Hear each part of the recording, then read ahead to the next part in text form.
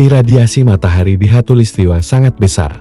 Pembangkit listrik tenaga surya adalah pilihan tepat. Berbicara terkait dengan pembangkit listrik tenaga surya atau PLTS ini, ada beberapa kelebihan dan kekurangan yang bisa kita ketahui. Yang pertama, kalau untuk kelebihannya, sudah tentu kita melihat potensi yang ada. Kita bisa melihat bahwa negara Indonesia ini terletak di antara garis khatulistiwa atau di sekitar garis khatulistiwa itu. Nah, yang mana ketika areanya tersebut berada di area garis khatulistiwa, potensi untuk iradiasi matahari itu lebih besar dibandingkan negara-negara lainnya. Rekan-rekan sekalian, seperti itu. Jadi, potensi tersebut kita bisa bilang peak sun hour. Peak sun hour itu adalah iradiasi puncak dari iradiasi matahari itu lebih tinggi daripada negara lainnya. Otomatis itu menjadi salah satu kelebihan dari PLTS karena potensinya yang besar di Indonesia ini seperti itu. Kemudian kita bisa lihat dari sisi komponen yang ada.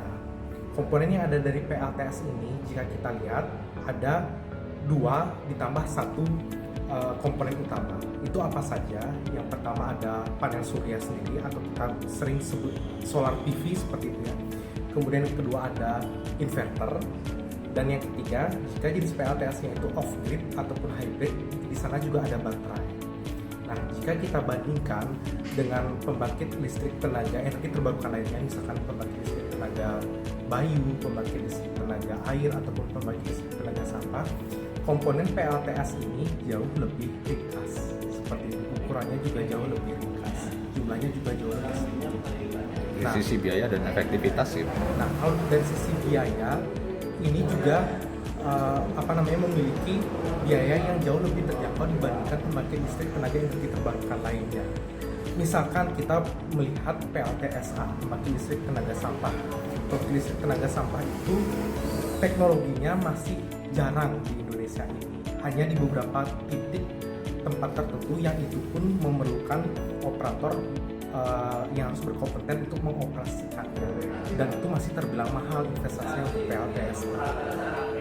Nah, kemudian kalau dari sisi efisiensinya, tentu dari PLTS ini juga masih lebih unggul dari efisiensinya. Karena kenapa? Untuk iradiasi matahari ini itu bisa ditangkap dengan optimal dari solar PV-nya itu sendiri. Dibandingkan dengan listrik konvensional gimana? Kalau dibandingkan dengan listrik konvensional, nah ini perbandingan ini mohon maaf, maksudnya antara listrik konvensional dengan PLTS ini kita tidak bisa membandingkan langsung ya. Karena kenapa? PLTS ini adalah sifatnya itu adalah memberikan penghematan, rekan-rekan sekalian, penghematan dari listrik PLN yang terpasang seperti itu. Nah, jadi memang sifatnya itu adalah penghematan saling mengisi, jadi ininya. Kalau misalnya musim hujan ataupun mendung itu gimana? Oke, kalau misalkan musim hujan atau mendung, PLTS masih bisa beroperasi. Karena kenapa? Kembali kita mengingat bahwa PLTS itu dapat beroperasi selama masih ada iradiasi matahari. Selama prinsipnya sama seperti mata manusia, selama mata manusia itu masih bisa melihat gitu ya, dan itu ada iradiasi matahari. Karena ada iradiasi matahari, saat itu PLTS masih bisa beroperasi. Hanya saja jika mendung, produksi yang dihasilkan itu kurang optimal seperti itu. Tapi ada power saving juga ya. Power saving itu kita bisa dapatkan power saving itu jika kita menggunakan baterai. Berarti kita harus menggunakan PLTS yang hybrid dalam hal ini.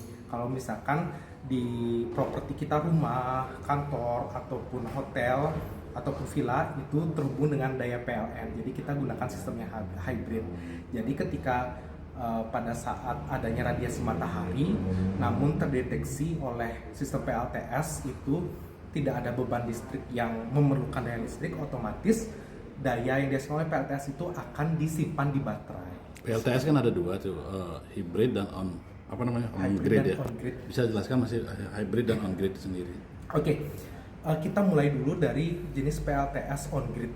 Nah, PLTS on grid itu adalah sistem PLTS yang terhubung langsung ke grid PLN. Namanya saja on grid, on terhubung, grid itu adalah jaringan PLN, gridnya PLN. Nah, jaringan sistem PLTS on grid ini dia bisa beroperasi tanpa adanya baterai. Gitu. Mengapa demikian? Karena sistem PLTS on grid ini dari daya listrik yang dihasilkan oleh sistem PLTS itu bisa mengikuti tegangan dan arus referensi yang ada di jaringan PLN.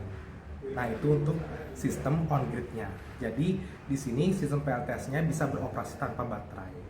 Nah, kemudian kita membahas terkait dengan sistem PLTS hybrid. Apa itu sistem PLTS hybrid? Adalah sistem PLTS yang terhubung langsung juga dengan PLN, tetapi di sini juga ada komponen berupa baterainya, seperti itu. Nah, di sini antara jaringan sistem PLTS on grid dan hybrid, pembedanya itu adalah baterai. Jadinya ada yang masing-masing di sini memiliki kelebihan dan kekurangan di masing-masing sistem ini, rekan-rekan sekalian. Nah, kalau on grid keunggulannya tentu karena tidak ada baterai, nilai investasi di awalnya itu jauh lebih terjangkau dibandingkan hybrid, seperti itu.